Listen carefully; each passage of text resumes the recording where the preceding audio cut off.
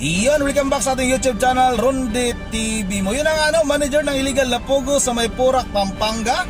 Arestado, tatakas na sana itong si Sandra Ong, na sinasabi nga na manager ng illegal na pugo sa May Purak, Pampanga. At mabuti na lang, naharang ito mga kababayan doon sa Davao International Airport. Yun na nga, balak na nga nitong tatakas itong si Sandra Ong na sinasabi din na katuwang ni Mayor Alice Guo sa pangampanya noong nakaraang eleksyon. Kaya nanalo, isa sa dahilan siguro na nanalo itong si Mayor Alice Guo bilang mayor ng Bamban, Tarlac. Konektado daw talaga mga kababayan itong Bamban Pugo at itong Pugo naman sa May Purak, Pampanga mga kababayan, dahil ayon sa narinig nating balita at ayon kay Winston Casio ay magkasabay itong itinayo itong dalawang pugo na ito. Talagang magkasosyo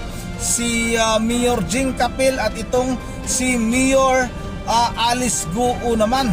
Kaya nagsitakasan na ngayon itong mga isa sa mga opisyalis ng mga illegal na pugo na yan, dahil nga ayon kay attorney yung abogado nga ni Alice Guo, si attorney Stephen David, ay itong mga insik na ito ay takot sa kaso. Ibig sabihin, pag nagkakaso na sila, mayroon na silang kakaharapin na kaso dito sa ating bansa, ay magsitago na ito. Kasi nga mismong si attorney Stephen David inamin na noon na itong mga insik na ito ay takot sa kaso. Kaya hindi nga nalalayo na itong si Mayor Alice Guo ay tatakas na din dito sa ating bansa dahil wala naman itong dugong Pinoy.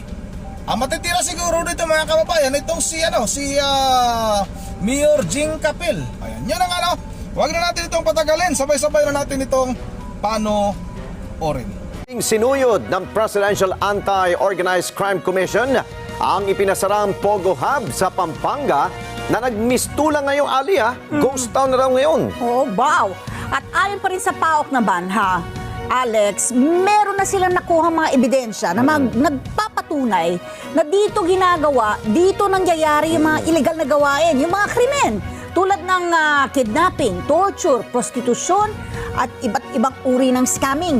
Yes. At mari namang pinabulaanan ng otoridad ang naging pahayag ng mga lokal na opisyal doon, partikular na ang alkalde ng bayan ng Porac na 2023 pa, abay tumigil na daw ang operasyon ng Pogo Hub sa kanilang bayan. Kunin natin ang live report ni Mian Corvera. Mian?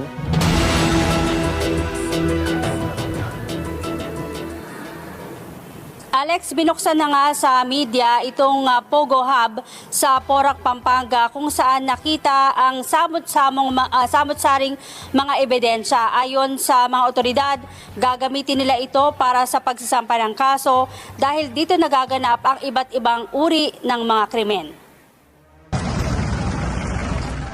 Ininspeksyon ni Senator Sherwin Gatchalian at ng Presidential Anti-Organized Crime Commission ang sinalakay at ipinasara na Lucky South 99 Corporation o ang Pogo Hub sa Porac, Pampanga. Ipinakita ng PAOCC kay Gatchalian at mga miyembro ng media ang loob ng Pogo na nagmistula ng ghost town.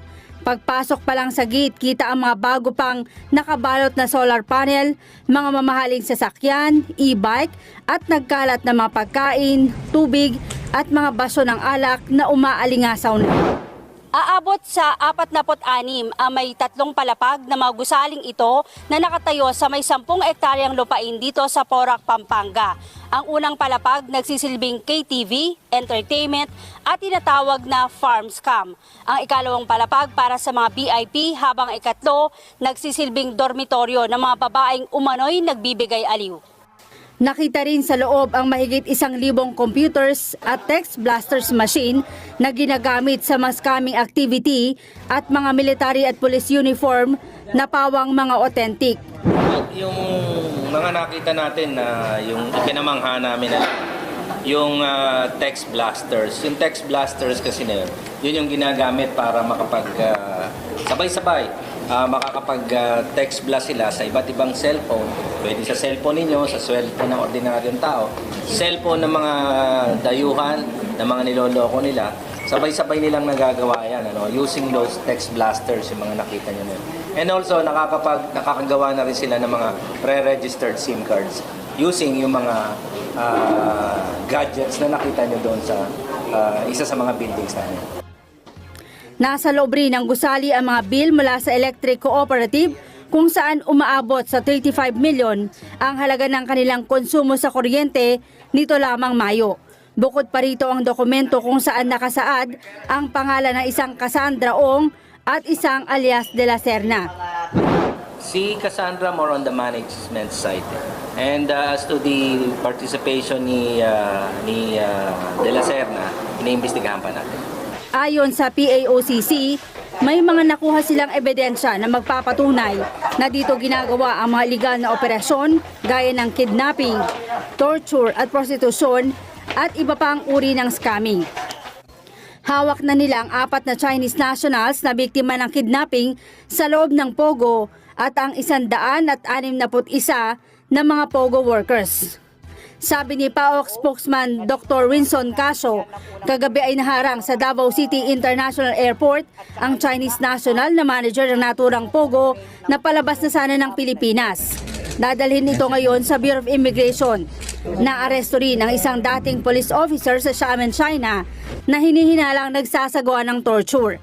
Pinabulaan na naman ng mga otoridad ang claim ng mga local government official, partikular ng alkalde ng Porac, na 2023 pa tumigil ang operasyon ng Pogo Hub. Ang dapat lang natin tingnan nito, na-cancel yung walang permit ng 2024. Pero January, February, March, April, May, June 4, nag-ooperate po siya, maliwanag sa gabi. So, kinailangan pumasok ng PAOK para mapasara po ito. Malinaw naman ayon sa senador na kung titignan ang mga ebidensya, may link ang Pogo ng Porac sa Bamban, Tarlac dahil pareho ang operasyon ng Pogo Hub at iisa lang ang mastermind nito. Lumilitaw kasi na sabay itinayo ang Pogo sa Bamban at ang Pogo sa Porac at pareho ang ilan sa kanilang mga incorporator.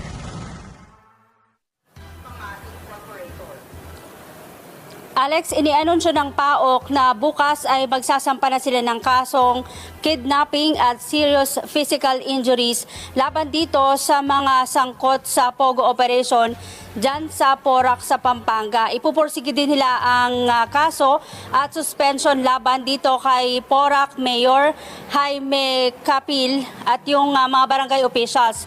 Hindi naniniwala ang PAOK at itong si Senador Gatchalian na walang alam itong alkalde at ang mga barangay officials at hindi sila pinapasok dito sa Pogo Hub nang magtangka silang magsagawa ng inspeksyon. Nagkaroon daw ng negligence at imposibleng hindi nila ito nalalaman dahil halos 2,000 katao ang pumapasok dito sa Pogo Hub araw-araw. Alex. Okay, Mayan, siguro ang tanong ng taong bayan, no? Bagamat masasabi natin na tagumpay ang ginawang pagsalakay ng PAOK dito sa Pogo Hub na yan, sa dalawa, Banban at maging dyan sa Porac, gusto siguro malaman ng taong bayan yung totoong aktibidad talaga na nangyayari dyan sa naturang Pogo Hub na yan, yung clear and masasabi natin complete picture na hindi puro aligasyon lamang. Kunyari, aligasyon na may ginagawa ditong kidnapping, aligasyon na ginagawa itong prostitusyon. Meron na ba silang nakakausap? Meron na ba nagbigay ng mga pahayag na masasabi na ito na po yung totoong itsura ng Pogo Hub dyan sa dalawang bayan na yan? Alex, hindi pa kasi nabubuksan itong mga CCTV, yung mga computer at itong mga telepono na nakumpiska dyan sa loob ng Pogo Hub dahil hinihintay pa daw ng PAOK yung warrant o search warrant na i-issue ng korte. Kapag daw yan ay nabuksan, mas nilinaw pa yung kanilang mga hawak na ebidensya. Kaya ang apilan nila ngayon kay Pangulong Bongbong Marcos ay ipatigil na ang lahat ng Pogo operations dahil yung lehitimong lisensya nagagamit yan sa pag-ooperate at sa mga illegal na aktibidad. At Mayan, so far yung kanilang mga nailigtas na umano, yung mga biktima umano ng krimen dyan sa mga Pogo Hub, nakuna na ba nila ng mga statements at nagkakaroon ba ng ugnayan at collaboration lahat ng mga binabanggit na mga biktima? Mas lumilinaw daw ngayon, Alex, ang lahat ng detalye, pero nag-iingat itong mga otoridad na maglabas muna ng mga karagdagang detalye dahil ang kanilang babala posible raw nakapasok na rin sa iba't ibang ahensya ng gobyerno tulad ng DOJ, ng PNP o iba pang government agencies. Itong mga kinatawan ng Pogo, kaya mabilis na nakakarating dito sa mga Pogo operators yung mga Iyon impormasyon. na nga ano, baka nakapasok na sa hanay ng ating pamahalaan itong mga namamahala ng illegal na Pogo o DOJ. Sino ba yung sekretary? Taga saan ba? Si Boyeng Remulla ay taga Cavite at balita nga natin merong napakalaking Pogo dyan. Bakit hindi ito masuyod ng paok at ng kinauukulan kung sino man, kung anong ahensya man ang dapat tawag nito mga kababayan, sumugod dyan sa lugar na yan. Yun ang itong si Mayor Jing Capil naman mga kababayan, dapat talaga itong hindi lang dapat suspindi ito, dapat tanggalin na ito sa pwesto dahil napakasinungaling, halata naman talaga na sinungaling ito. Biruin nyo ba naman yan mga kababayan? Maniniwala ba kayo siya yung mayor doon? Siya yung pinakamataas na opisyal. Kumbaga siya yung hari sa lugar na yan. Tapos hindi daw siya nakakapasok. At nabalitaan natin mga kababayan na mismong sa loob ng Lucky South 99 na yan, merong unit, no? Itong si Mayor Jing Capil. Tapos sasabihin niya na hindi siya nakakapasok sa lugar na yan. Nako po, mas malala pa ata ito kay Mayor Alice Guo sa pagkasinungaling lang. Grabe itong mga mayor na ito.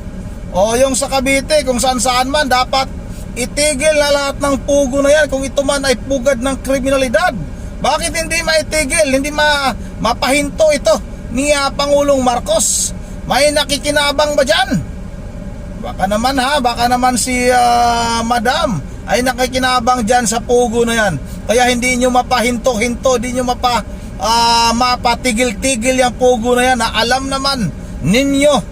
Kasi kayo yung nandyan sa posisyon, alam nyo yan na yan ay pugad ng kriminalidad. Yun ang hanggang dito na lang muna. Itong si Mayor Resgo ay talagang konektado din ito sa may Purak, Pampanga talaga naman. At yun ang hanggang dito na lang muna tayo. Hindi tayo makapag-shoutout. Shoutout na lang kay Ma'am Virgie Religious ng Pulilan, Bulacan. At sa lahat-lahat hanggang dito na lang muna. Once again, this is Ronde TV mo. Ingat na lahat. God bless bawat isa sa atin.